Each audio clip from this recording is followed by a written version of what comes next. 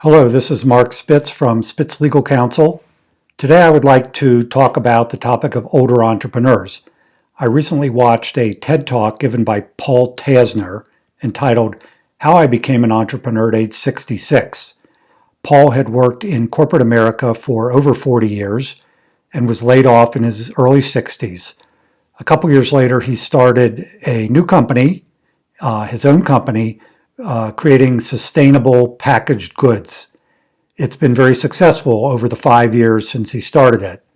And this got me thinking, are there a lot of other older entrepreneurs? I did some research and found that fully half of new companies are started by entrepreneurs over age 45. In fact, 25% of new startups are started by entrepreneurs who are age 55 or older. So not every startup is started by some 20-something in his or her garage coming up with the next Instagram or Facebook. I also found that the success rate for older entrepreneurs is higher than the success rate for younger entrepreneurs, probably because of the experience, the wisdom, the contacts, and the other skills that the older entrepreneur can bring to a startup that younger entrepreneurs simply haven't had the time to develop yet in their working lives. So why do older entrepreneurs start companies instead of just sitting back? There's a number of reasons. They may have left corporate America involuntarily through a layoff or a buyout, or voluntarily because they just didn't like it anymore. They may have some passion that they've had for many years and they want to indulge it and turn it into a business. They may want to leave a legacy for their children and grandchildren. So there's a lot of reasons why older entrepreneurs may start a business.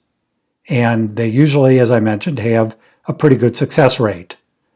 Now, it's important for older entrepreneurs to have the right team behind them as they set up their business to get off to the right start. Obviously, a good accountant or CPA, but also a good business attorney. They need to pick the right form of entity, whether it's a corporation or an LLC, make sure it's set up correctly. They need to have the right contracts in place, and they also need to protect any intellectual property they have, whether it's software or some kind of artwork or music or whatever it is. That's an important asset of the company, and they need to make sure that it's protected properly. So for all those reasons, it's very important to have a good business attorney, an experienced business attorney who's worked with startups and knows the issues that older entrepreneurs are facing. I think it's a great sign of our times that more and more older entrepreneurs are coming out, and rather than just retiring, they are taking their destiny in their own hands and forming startups.